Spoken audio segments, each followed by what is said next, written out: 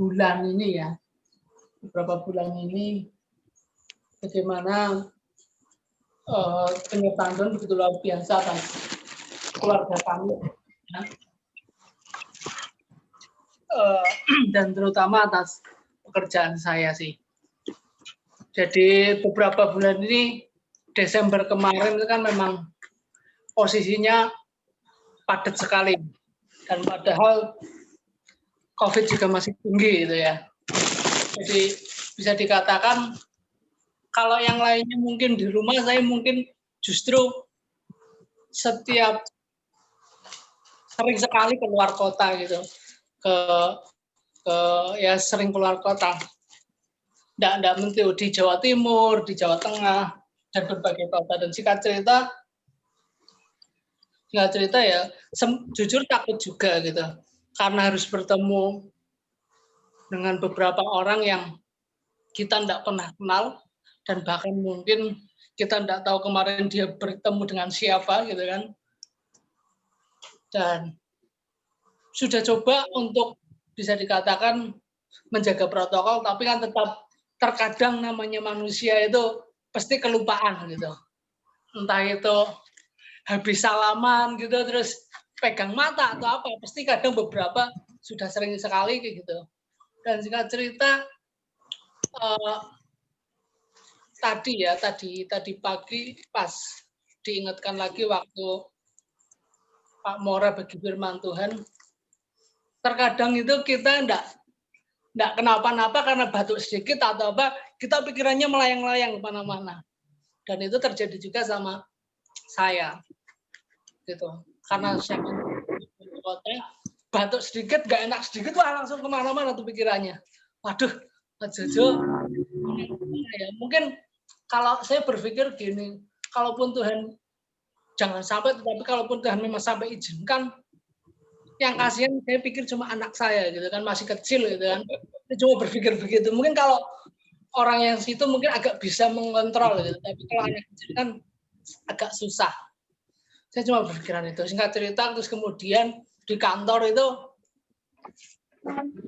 Desember kemarin ada hampir 6 orang kena gitu. Tetapi dari manajemen itu kayak tutup mata. Sudah 6 sampai kelihatannya hampir 10 malahan.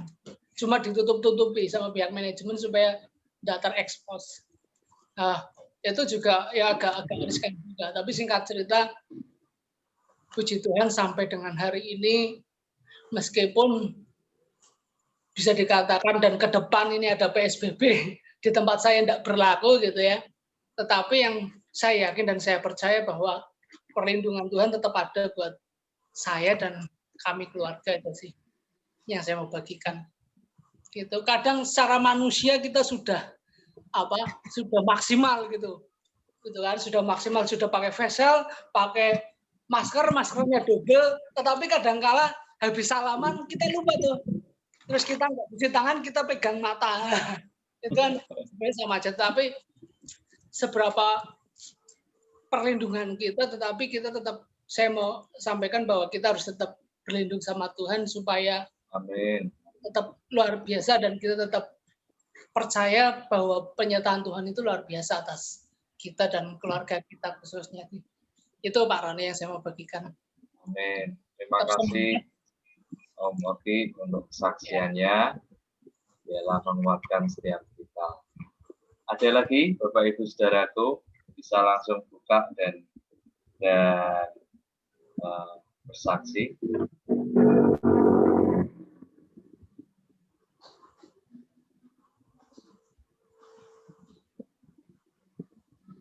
Oh ya, silakan. Ulat. Kameranya agak kurang. Bentar Pak, saya setel kamera. Mengucap syukur akhirnya bisa ketemu dengan rekan-rekan semuanya. Ini saya slide, bro. Ternyata banyak sekali yang join. Penyertaan Tuhan kita rasakan sempurna. Apapun juga yang saat ini kami alami, tapi kami percaya ini bagian dari rencana Tuhan gitu. Jadi mulainya di mana? Jadi waktu kemarin kita mendengar kabar tentang yang terjadi akhir-akhir ini, kan rasanya kayak serem gitu ya. Kayak itu sesuatu yang besar. Saat saya syuting di gereja atau kita pelayanan di gereja atau jalan-jalan ke mall gitu, rasanya kayak apa ya? Kayak itu adalah sesuatu yang menakutkan, kayak itu monster gitu. Oh, kondisi seperti ini, COVID, harus hati-hati. Kesannya sesuatu yang menakutkan. Nah, kalau minggu kemarin Tuhan izinkan ada keluarga kami yang akhirnya positif. Awalnya begitu saya dengar berita itu, saya sama suami di Jepara. Kita sebelum minggu kemarin kita itu seperti kayak suruh pakai masker. Oh iya pakai masker. Kadang sembarangan sih pakai masker, taruh mana-mana pokoknya sembarangan. Jadi itu peraturan kita lakukan hanya supaya intinya supaya kita tidak melanggar. Tapi untuk kita mengalami manfaatnya itu kemarin belum terlalu ngeh gitu. Ini untuk apa sih? Yang penting kita ikutin aja. Jadi adik saya kan datang dari Jakarta waktu itu si Unggul. Terus kalau di rumah memang kumpul dengan ini kita semua, nggak nyangka memang. Biasanya sering sih dia momen-momen libur sering ke Semarang. Mengucap syukur waktu minggu kemarin diizinkan dia positif. Waktu itu sakit beberapa hari sih, sakit flu. Hari Sabtu kemarin kebetulan dia sakit flu. Saya juga iseng sih, oh ini klinik yang buka, coba aja. Delalah pas ada diskon, itu kliniknya tempatnya Bu Ita kerja ya kalau nggak salah, klinik Esensia.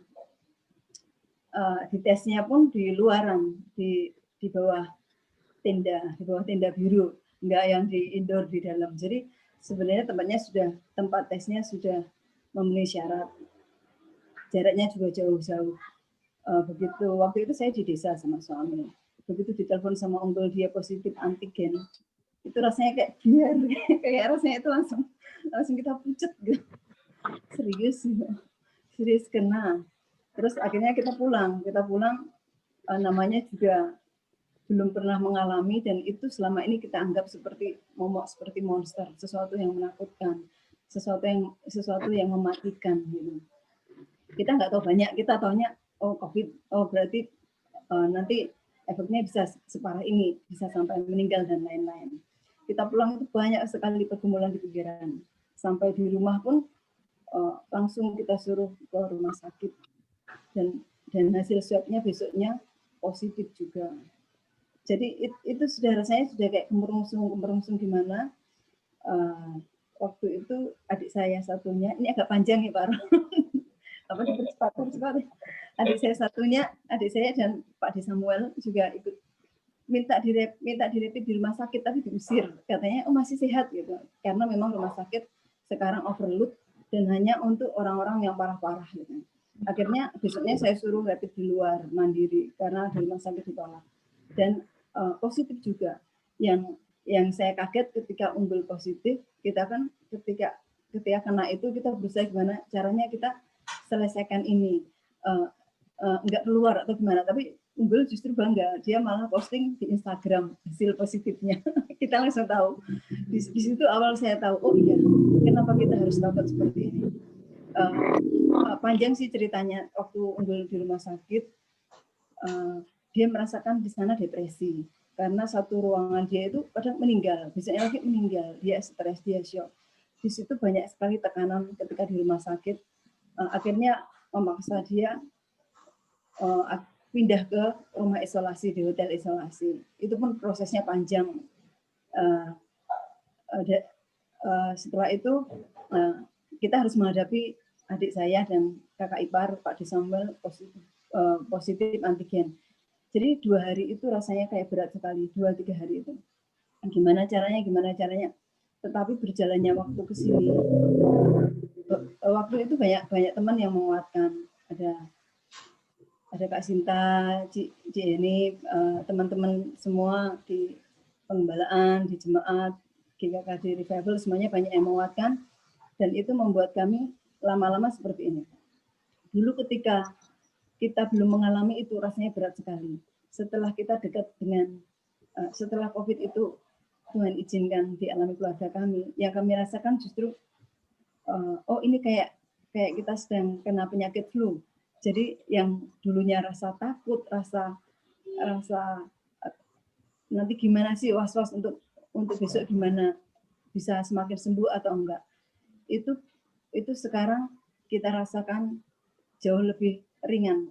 Seakan-akan oh lagi kena flu, oh pasti sembuh. Jadi sama seperti ketika kita belum bisa naik motor. Kita kan dulu saya belum bisa naik motor. Saya berpikir begini, naik motor itu gimana ya? Nanti kalau tabrakan sama depannya gimana? Kok bisa nggak tabrakan? Nanti kalau jatuh gimana? Tapi begitu kita bisa naik motor, kita bisa tahu, oh begini rasanya. Oh ternyata tidak seberat yang kita pikirkan. Nah seperti itu. Ketika Tuhan izinkan terjadi dan tips yang saya dapatkan, ketika mungkin ada di antara teman-teman atau orang-orang terdekat kita yang divonis rapidnya positif gitu ya. Ketika itu nggak berat, tidak usah panik. Tetap yang pertama positif. Semua teman-teman yang pernah kena, info ke kami yang pertama dipikir adalah kita harus positif, kita harus beriman. Ini bukan sesuatu yang besar. Ini adalah sesuatu yang bisa disembuhkan. Jadi berpikir positif, tidak perlu ketakutan, anggap itu sesuatu sama kayak penyakit lain, pasti akan sembuh. Ketika banyak sekali masukan, enggak harus ke rumah sakit, karena Pak D. Samuel pun kemarin hari ketiga ke rumah sakit, dia disuruh pulang, isolasi mandiri. Dan Unggul di rumah sakit penuh dengan tekanan, begitu dia keluar dari rumah sakit, isolasi mandiri, saat itu juga dia bilang, saya bisa tidur dengan tenang.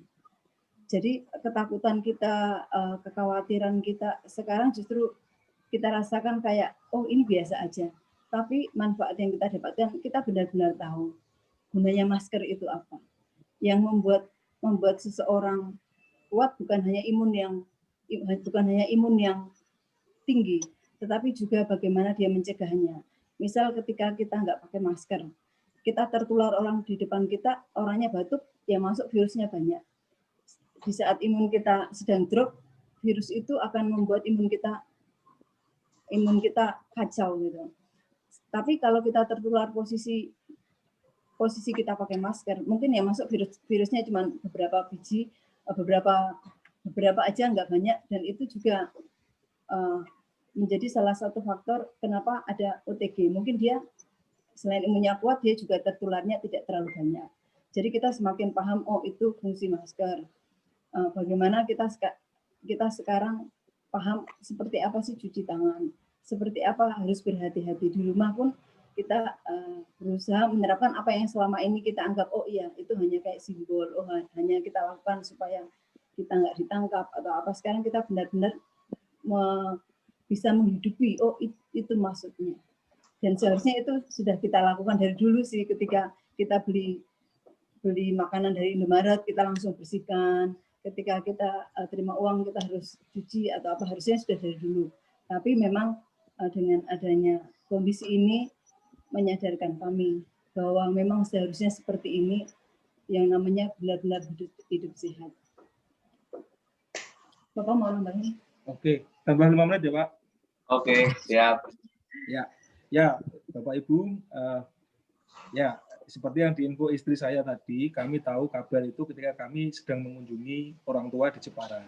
Langsung kami mau makan itu rasanya enggak enak, karena waktu itu ketika kami datang langsung pesan ikan segar laut, dimasak, belum matang, itu sudah dapat kabar. Jadi saya itu langsung, waduh ini langsung saya teringat anak saya. Jadi di perjalanan saya itu, ya namanya saudara kena kan saya harus menguatkan. Saat itu saya kuatkan Aji, kuatkan Unggul, Pak Desam, saya menguatkan supaya mereka tenang, tetapi sebetulnya dalam hati saya itu takut gitu. Saya khawatir anak saya. Kalau saya sama istri kebetulan minim kontak langsung, tapi saya teringat anak saya pernah digendong atau apa, itu kan saya jadi kepikiran. Tapi kembali saya juga harus mempercayai bahwa ya semuanya ada dalam kendali Tuhan. Jadi ketika saya dalam ketakutan itu, saya sampai melihat melihat perubahan anak saya. Malam itu saya lihat sampai dia malu, saya lihatin. Saya perhatikan ketika dia bernafas, namanya saya mengasihi, jadi saya ketika saya kasih sesuatu yang menguatkan saudara, itu sebenarnya dalam hati saya ketakutan. Cuman ya itu saya usir dengan firman Tuhan. Oh Tuhan, semuanya dalam kendali Tuhan. Kalaupun harapan saya beriman saya sehat gitulah. Pokoknya saya tidak tahu sekarang seperti apa, tapi iman saya sehat. Tuhan pasti akan memberi yang terbaik bagi keluarga kami. Begitu kesaksian saya. Terima kasih. Amin. Untuk saya sih banyak sekali tips yang kita bisa notes. Ketika waktu itu saya info ke keluarga, misal ke ipar yang sudah bersentuhan dengan adik-adik kami, mereka bilang, oh enggak apa-apa. Ketika orang lain bilang, oh COVID, wah kena keluarga saya, oh enggak apa-apa. Oh ini, kemudian saya info teman-teman saya dari luar kota yang kebetulan jalan dengan adik, mereka bilang, saya sehat. Saya info lagi yang lain, enggak apa-apa, aman semuanya. Jadi kata-kata itu sungguh selain menguatkan mereka juga menguatkan kami. Ini bukan sesuatu yang kita takuti. Itu sama seperti penyakit tipes. Saya kena sakit tipes dan berkali-kali bisa sembuh. Dan ada juga orang yang kena sakit tipes dan dia meninggal. Itu tergantung bagaimana iman dia. Yang pertama, recovery-nya dan pola hidupnya. Kalau menurut saya, waktu pertama kali, mungkin bayangan orang, oh ini keluarga isolasi, posisinya mungkin sedih, berduka, atau apa. Tapi kalau kami beriman dan kami bersuka cita, benar-benar bersuka citanya itu benar-benar tertawa. Jadi ketika pertama kali dengar unggul telepon saya positif itu langsung rasanya kayak liar, kayak aduh sesuatu yang kita takutkan datang gitu. Tapi hari berikutnya kan saya suruh Aji sama Pak Di Samuel untuk tes mandiri karena ditolak di rumah sakit rapid antigen mandiri. Yang mengambil hasilnya itu Mbak Hening. Dan saya telepon, gimana hasilnya? Mbak Ning tertawa ngakak-ngakak. Saya tertawa, saya bilang pasti positif kan. Dia bilang iya pasti, terus sambil tertawa. Dan ibu masuk ke ruangan, begitu lihat kami tertawa bertiga. Jadi bukan lagi sesuatu yang menakutkan, tapi seperti ini. Wah, kok bisa ketularan sih? Nah, jadi kesannya itu sudah takutnya sudah tidak ada lagi. Bukan lagi sesuatu yang itu mengintimidasi kita, tetapi sesuatu yang harus kita tangani. Ini banyak tips. Salah satunya kayak gini, banyak teman, banyak pendeta dan PDM yang japri saya bilang, kalau misal hasil rapid positif, tidak perlu panik, tidak perlu memaksa swab kalau harus antri panjang. Karena dari baju petugasnya pun, dari APD-nya itu banyak sekali virus menempel. Jadi APD kan mengamankan yang pakai. Tapi untuk kita yang ngantri di rapid, ngantri di tes itu berbahaya sekali. Jadi kalau misal kita tahu kita bisa mengobati dan diizinkan isolasi mandiri, akan lebih baik di rumah. Karena mental dari penderitanya itu secara psikis lebih nyaman kalau diobati di rumah. Ya, itu aja. Maksud meluruskan tadi bersuka cita bukan karena apa-apa, maksudnya gini. Hati yang gembira kan obat yang manjur, jadi supaya semakin cepat pemulihannya. Iya, amin. Terima kasih juga untuk dua-duanya teman-teman yang menguatkan, untuk yang sering kami repoti selama isolasi, kami titipi beli beras, oksigen, dan lain-lain ini itu. Terima kasih semuanya untuk support-nya. Tuhan memberkati. Tuhan memberkati. Terima kasih buat kesaksiannya.